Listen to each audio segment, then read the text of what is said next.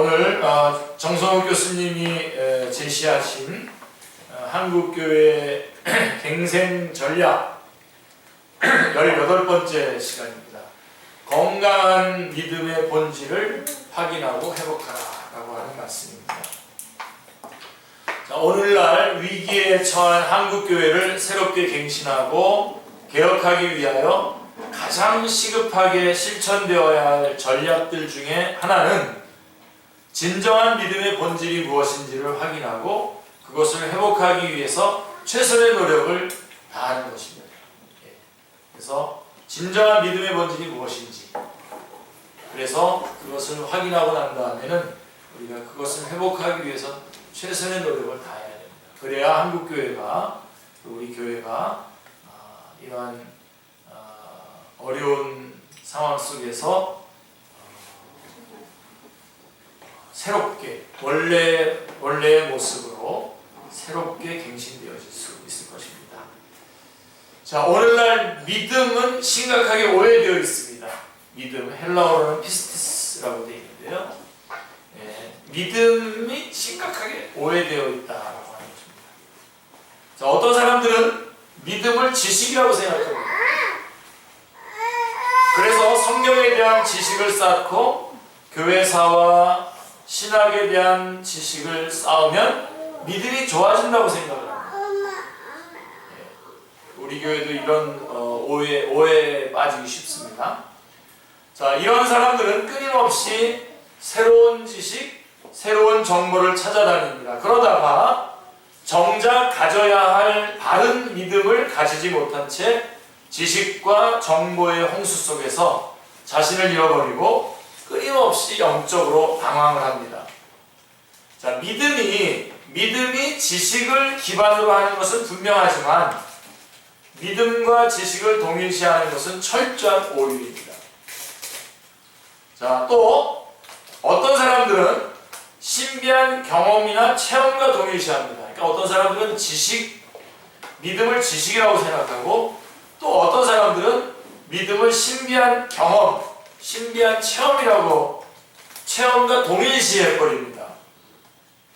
그래서 종교적인 체험이나 신비한 체험을 많이 할수록 믿음이 좋아진다고 생각합니다. 자, 이런 사람들은 방언이나 신유나 축사와 같은 신비한 체험을 극단적으로 추구합니다. 물론 참된 믿음을 가진 사람이 그 믿음에 기초한 어떤 체험과 경험을 할 수 있지만 믿음 자체를 종교적이고 신비한 경험과 동일시하는 것은 철저한 오류입니다. 조심하셔야 됩니다. 이 양쪽 다. 또 어떤 사람들은 믿음이란 무조건 믿는 것이라고 생각합니다. 무조건. 아무런 질문이나 의문도 없이 그냥 있는 그대로 성경의 내용을 믿고 지도자가 가르치는 대로 믿고 맹목적으로 순종하면 된다고 생각을 합니다. 많은 그리스도인들은 믿음은 이성적으로 따지는 것이 아니라 그냥 있는 그대로 수용하는 것이기 때문에 머리와 이성으로 이해가 안 되더라도 그냥 맹목적으로 믿고 따라가면 된다고 생각합니다. 소위 따지지 않는 믿음이 큰 미덕으로 여겨지기도 합니다. 자, 위에서 언급한 믿음에 대한 이 세 가지 태도는 현재 한국교회에 전반적으로 널리 퍼져 있습니다. 사실 이게 문제입니다. 자, 여러분, 하지만 성경은 어떻습니까? 성경이 말하는 바른 믿음의 본질은 위의 세 가지와 전혀 다르다는 점을 이해하는 것은 너무나 중요합니다.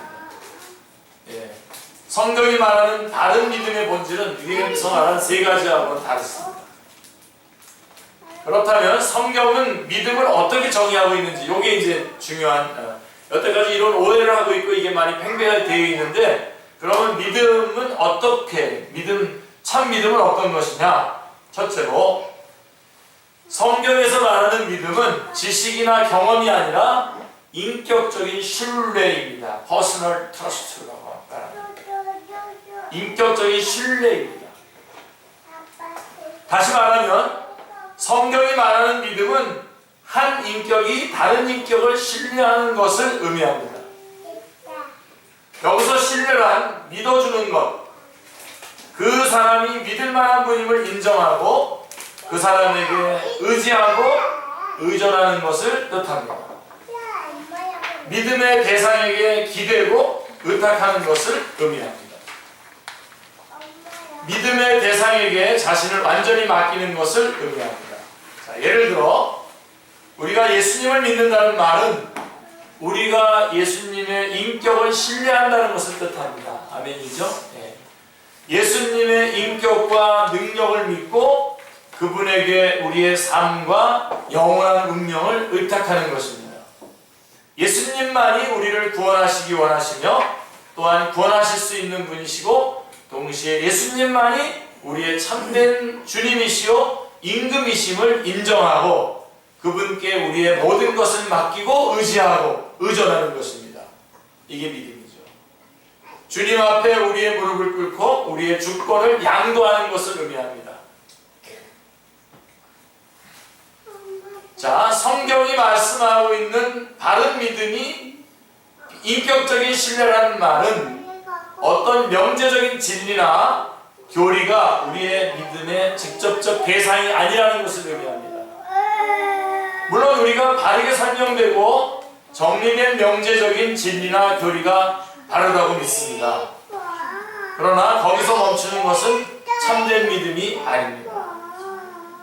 그래서 그 명제적 진리나 교리가 지시하는 살아있는 인격이신 예수 그리스도를 신뢰하고 그분과 인격적인 관계를 맺는 것이 참된 믿음입니다. 그러니까 예수 그리스도의 인격이신 예수 그리스도를 신뢰하고 그분과 인격적인 관계를 믿는 것, 그것이 참된 믿음입니다. 자, 우리는 어떤 명제적 진리나 교리가 다르다고 믿기 때문에 구원을 받는 것이 아니라 그 명제적 진리와 교리가 증거하는 인격이신 예수 그리스도를 믿고 의지함으로 구원을 받는 것입니다. 아멘. 명제적 진리에 대해서는 여러분들이 다 우리 교리 공부 때 좀 배웠는데 기억이 나시는지 모르겠네요. 어떤 그 주제가 말씀이 성경에 있다는 겁니다. 성경에 있는데 그런데 여기서 지금 말하는 것은 그러한 명제적 진리나 교리가 다르다고 믿기 때문에 우리가 구원을 받는 것이 아니라 그로 인해서 그 명제적 진리와 교리가 증거하는 바로 인격이신 예수 그리스도를 믿고 의지함으로 구원을 받는 게 예수 그리스도를 믿고 의지하는 것이 구원을 받는 것이죠. 이게 첫 번째고 둘째로 성경이 말하는 참된 믿음은 바른 지식과 함께 시작하고 바른 지식에 기초해야 합니다. 너무나 중요하고 당연하죠. 우리가 예수님을 믿는다고 할 때 그것은 반드시 예수님에 대한 바른 지식과 함께 시작합니다. 예수님에 대한 바른 지식으로부터 시작이 됩니다. 예수님이 하나님이시자 하나님의 아들이심을 아는 지식이 바른 믿음의 기초가 됩니다. 예수님이 사람의 몸을 입고 오셔서 죄인을 위하여 십자가에서 피 흘려 죽으셨고 그 죄인을 의롭다 하시기 위하여 다시 살아나셨다라고 하는 복음에 대한 바른 지식과 함께 믿음은 시작이 되는 것입니다. 그러므로 성경이 말하는 참된 믿음이란 맹목적인 것이 아닙니다. 의심도 질문도 제기하지 못한 채 무조건 믿는 것이 아닙니다. 아무런 지성적 근거도 없이 막무가내로 주장하는 것이 아닙니다. 성경이 말하는 바른 믿음은 그 믿음의 대상에 대한 바른 지식에 기초하며 그 지식과 함께 시작이 됩니다. 굉장히 중요하죠. 그래서 때로는 의심이 일어날 때 날카로운 질문을 던지고 그 질문에 대한 해답을 찾아가면서 믿음이 자리를 잡게 되는 것입니다. 성경은 한 번도 우리에게 말도 안 되고 이해도 안 되는 것을 무조건 믿으라고 명령한 적이 없습니다. 도리어 질문과 의심이 섞인 약한 믿음이 이해를 추구하는 과정을 통해서 더 강한 믿음이 되도록 도움을 요청하라고 권면하고 있습니다. 중세 신학자 안셀롬이라고 하는데요. 안셀이 주장한 것처럼 참된 믿음은 이해를 추구하는 신앙일 수밖에 없습니다. 이해를 추구하는 신앙. 그래서 두 번째로 우리가 말씀드렸고, 참된 믿음이 올바른 지식으로부터 출발한다는 걸 말씀드렸고, 세 번째는 성경에서 말하는 참된 믿음은 진정한 의미에서의 종교적 체험과 경험을 낳습니다. 있다는 겁니다. 경험도 있고 체험도 있다는 겁니다. 우리가 예수 그리스도를 우리의 주님으로 그리고 구원자로 믿고 의지할 때에 그 믿음은 반드시 우리 삶에 구체적인 영향을 미칩니다. 우리 삶에 구체적인 변화를 가져다 줍니다. 믿음이 가진 그 영향력으로 인하여 우리는 우리 삶 속에서 다양한 체험을 하게 됩니다. 예수님과 인격적인 교제의 경험, 기도가 응답되는 체험, 범사의 감사함으로 기쁨이 우리 삶을 지배하는 체험, 용서가 되지 않던 다른 사람들을 국률한 마음으로 용서하게 되는 경험, 사랑과 무관했던 우리 마음이 사랑으로 가득 차고 그 사랑이 우리 삶을 변화시켜가는 경험, 때로는 신비한 은사에 대한 체험 등 다양한 경험과 체험들이 바로 참되고 바른 믿음의 산물이 되는 것입니다. 오해하지 마셔야 됩니다. 자, 그리고 마지막으로 성경이 말하고 있는 참된 믿음은 반드시 그 믿음에 일치하는 행동을 낳게 되어 있습니다. 그 믿음에 합당한 일치하는 행동을 낳습니다. 다시 말하면 참된 믿음은 순종에 이르게 합니다. 참된 믿음은 참된 실천을 낳습니다. 아주 오늘날 우리 한국교회에 너무나 중요한 내용입니다. 만일 어떤 사람이 입술로는 믿음이 있다고 고백하면서도 그의 삶 속에서 순종과 선행과 실천이 나오지 않는다면 그의 고백 여부와 상관없이 그의 믿음은 죽은 믿음, 가짜 믿음, 귀신의 믿음일 수밖에 없습니다. 야고보서에 잘 나와 있죠. 믿음과 순종은 동전의 양면과 앞면과 뒷면과 같습니다. 믿음이 있으면 반드시 순종이 따릅니다. 이게 바른 믿음입니다. 믿음이 있는 곳에는 반드시 실천이 따릅니다. 아멘 하십시오. 아멘이죠. 그렇죠?